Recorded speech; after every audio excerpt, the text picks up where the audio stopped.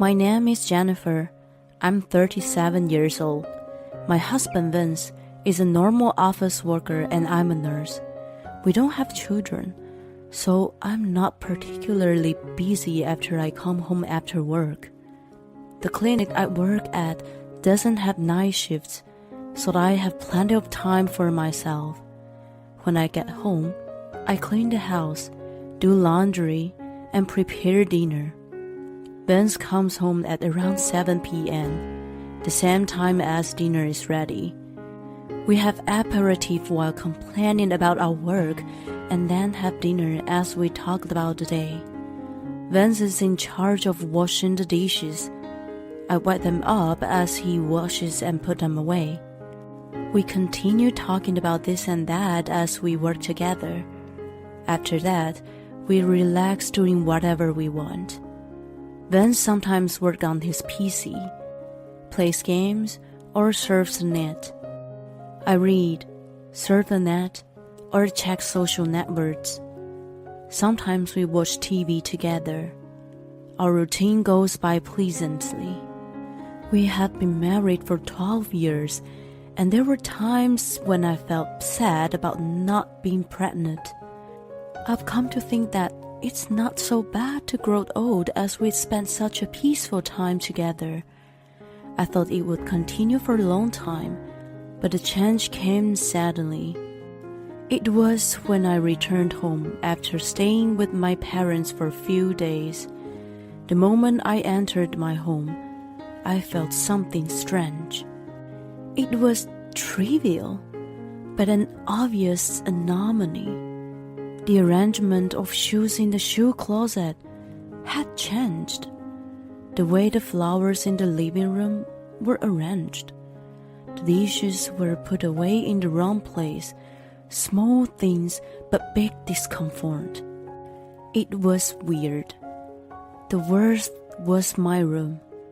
The placement of cosmetic and clothes were slightly different. Vince and I had our own rooms, and we rarely went into each other's room. Even if we did, we never moved things without permission. I highly doubted that he would touch my cosmetics anyway. Have you been in my room? Of course not. Why? Never mind.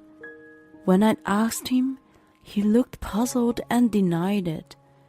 I didn't think he was lying from the way he looked. If things were missing, it couldn't have been a theft. But nothing seemed to be taken, just rearranged. An inexpressible queasyness aroused inside me. My parents lived far away, and my mother had not been well around the time. She pretended to be well, but it seemed that her hips and legs were getting weaker, and she was granted a caregiver at home by her insurance. A helper visited her regularly, but she was a little timid, so she couldn't ask her helper to do too much. On the other hand, my father, who was still in good health, couldn't do any housework because of his old way of thinking. He was trying his best, but it was going to take him a while to be able to help my mother. So I visited them regularly to help out and gave him housework. I had to stay at their house every time as he was far away. Vince sent me off without a complaint, so I took it for granted. The feeling of discomfort I had that day lasted for a while. Whenever I went to my parents' house for a few days and came back, I noticed an unusual air in the house. Vince usually did nothing around the house except washing dishes after dinner, but ever since that day, it seemed he had been doing laundry or cleaning while I was gone. "Well, I do my fair share." He said so, but then when I asked him, "I'm almost out of detergent, can you put in the refill?" Where's the detergent?" He supposedly did his own laundry, but he didn't know where it was. How was that possible? I tried to think he washed the clothes with nothing but water, but they smelled like fabric softeners. By the way, the fabric softener was in the same place as the detergent. Obvious lie. I didn't have any hard evidence, but clearly he was suspicious. Every time I went to my parents' house and came back, the house was like, spot the difference. When I was thinking about putting on a hidden camera, Vince's attitude started to change. First of all, he stopped doing anything around the house. He didn't even wash the dishes after dinner. At first, he said he was busy, but he didn't do any work. He just sat on the couch, playing with his cell phone. When I asked him to help me, "I can't, I have something to do now." He snapped at me and then went back to fiddling with his phone. He also started coming home late, saying he had to work overtime. One day, I really needed to ask him about something, but he didn't pick up his phone. I reluctantly called the office and was told that he got off on time. I asked him about it when he came home. "I went out for a drink with a client. I wasn't just hanging out, but I lied because you were fuzzy." "It's your fault." With a clinking of his tongue, he somehow made me the bad guy. From that day on, he said he was going out for drinks with his acquaintances and didn't come home until late at night. Sometimes he went directly to the office instead of coming home. Furthermore, his business trips increased. I was skeptical if it was true. He spent much less time at home, we barely talked, and cold air filled the house. I tried to improve the situation by starting a conversation. "I can't talk right now, I'm busy. We'll talk later." He gave me a cold shoulder, and days went by without having to exchange a word with him. When I gave it a try again one day, "You know, today at the playground." "A playground? Why do you go there? It's not a place for a childless woman like you, is it?" "Why do you have to talk like that? It's the playground in the park I usually walk by. There are lots of people who use the park for a walk without kids." "Walking? It's nice to have free time, isn't it? You're taking it easy while I'm busy at work." "It's just a metaphor, and I'm just passing through." "Shut up, that's enough. Listening to a barren woman gives me a headache." "Excuse me?" My objection was ignored, and he retreated to his room. I was confused by the remark he'd made. We had discussed as a couple that we would let nature take its course and that if we couldn't have a child, there was nothing we could do about it. He had become completely cold, and I was left alone to tears. Then one day, a bomb dropped on me. I was working at a clinic as usual. I worked in an OB/GYN department at a private hospital, where almost all the patients were women. A young woman, who was a first-timer, ran up to me in the waiting room. I knew she had just found out she was pregnant. I was about to tell her that she needed to be more careful in the early stage of pregnancies when she grinned and looked into my eyes. "Are you Jennifer?" I was surprised to hear her call my name. All of us staff members wear name tags on our chests, but I had forgotten to put mine out of pocket. So how did she know my name? When I was perplexed, she smiled and said, "I'm pregnant." "Congratulations." "Thank you.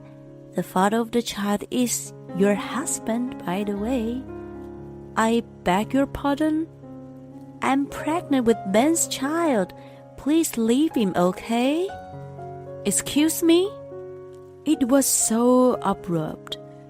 Leaving me unable to say anything else, she paid the bill and left quickly. I was completely aghast by what just happened. When I got home that day, I questioned Vince, who usually came home on time. A girl came to my work today, saying she's pregnant with your child. Huh? What the hell? What are you talking about? That's exactly my question. Are you having an affair? Are you accusing me? Do you have any proof? You're letting her in my room, aren't you? Every time I came back from my parents' house, I sensed something strange. That doesn't mean I'm cheating on you, right? The patient who came in today knew my name. She said she was pregnant with your child. When the child is born, we can do a DNA test. I'm sure it'd come back with a very compelling result. He fell silent and then let out a big sigh. Ugh, I'm busted. Mary's been reckless. So, you admit it? Okay, yes, I've been cheating on you. Do you have a problem with it? I felt as if my world fell apart when he became defiant. Do I have a problem? Of course I do. It's your fault that I cheated on you in the first place. What the hell? What do you mean? You are barren. You work in OB/GYN. Why don't you at least get fertility treatment? We decided together to let nature take its course. Even if that's the case, it's not my fault. It's you who can't get pregnant. You might be the reason why we can't have kids. That's possible as my girlfriend is pregnant now. I felt miserable and devastated. His terrible comments made me burst into tears as I argued with him. Anyway, I'm divorcing you. Get out of my house ASAP. I'll at least give you alimony.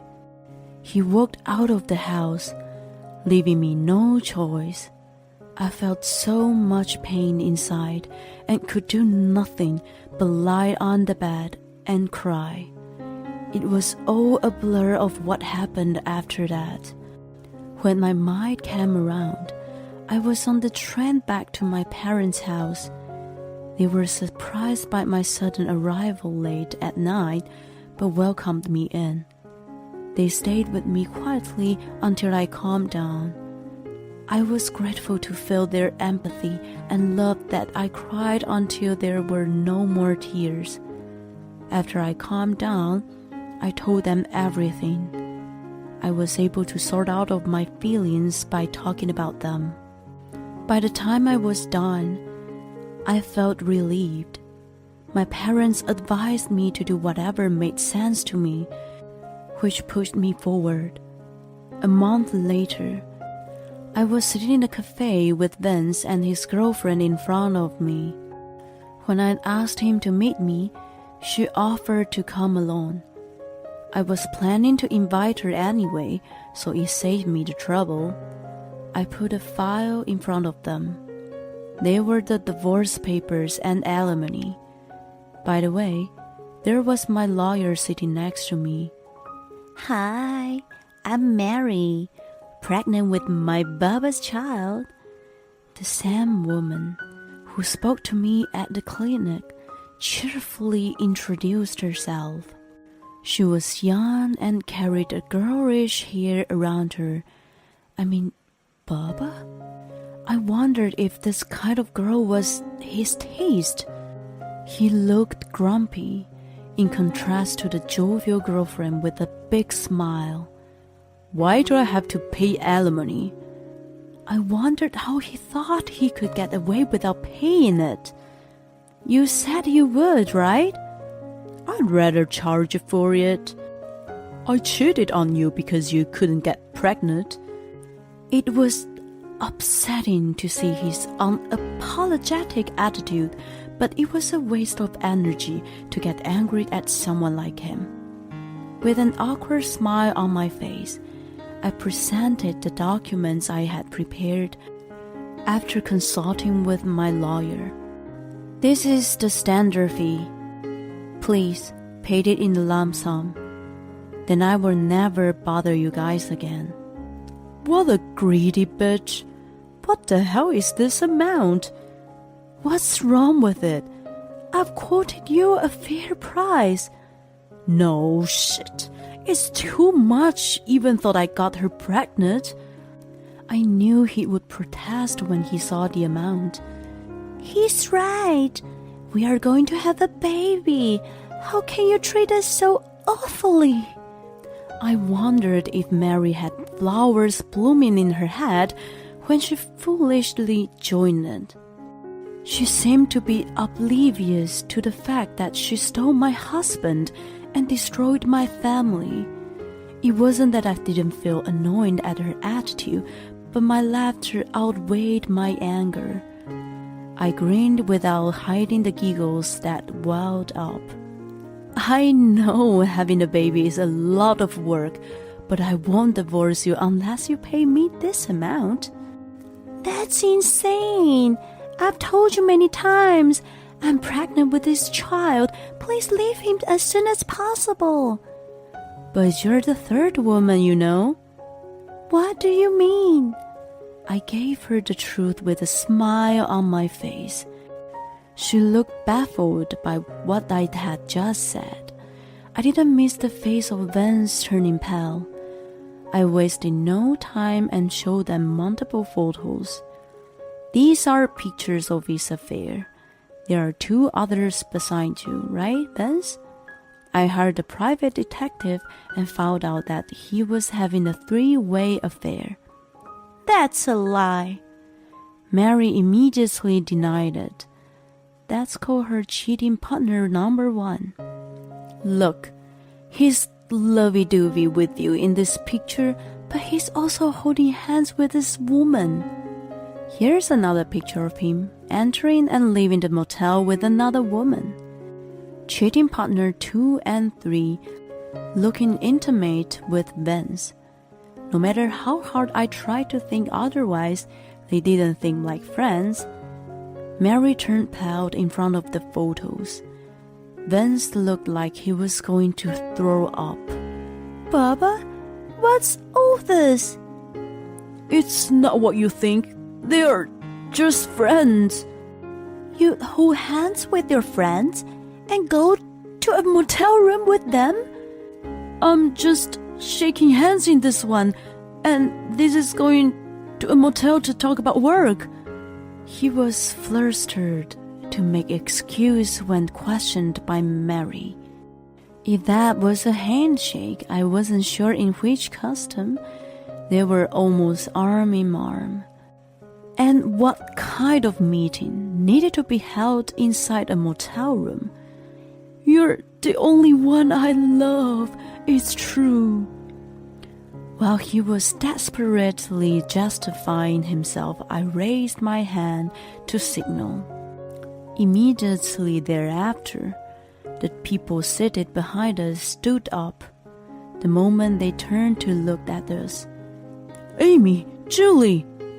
Vance shouted. What the hell are you guys doing here? Oh, I called them. What? I smiled at horrified Vance and looked into his eyes, which were almost popping out of the sockets. Wait, what? Are they the same people in the pictures? Yes, I invited cheating partners number 2 and 3. I beamed at Mary, who was totally confused. Oh my God. Oh, the detective was terrifying good. He checked all the backgrounds of his girlfriends. It cost me a lot of money, but I had no regrets.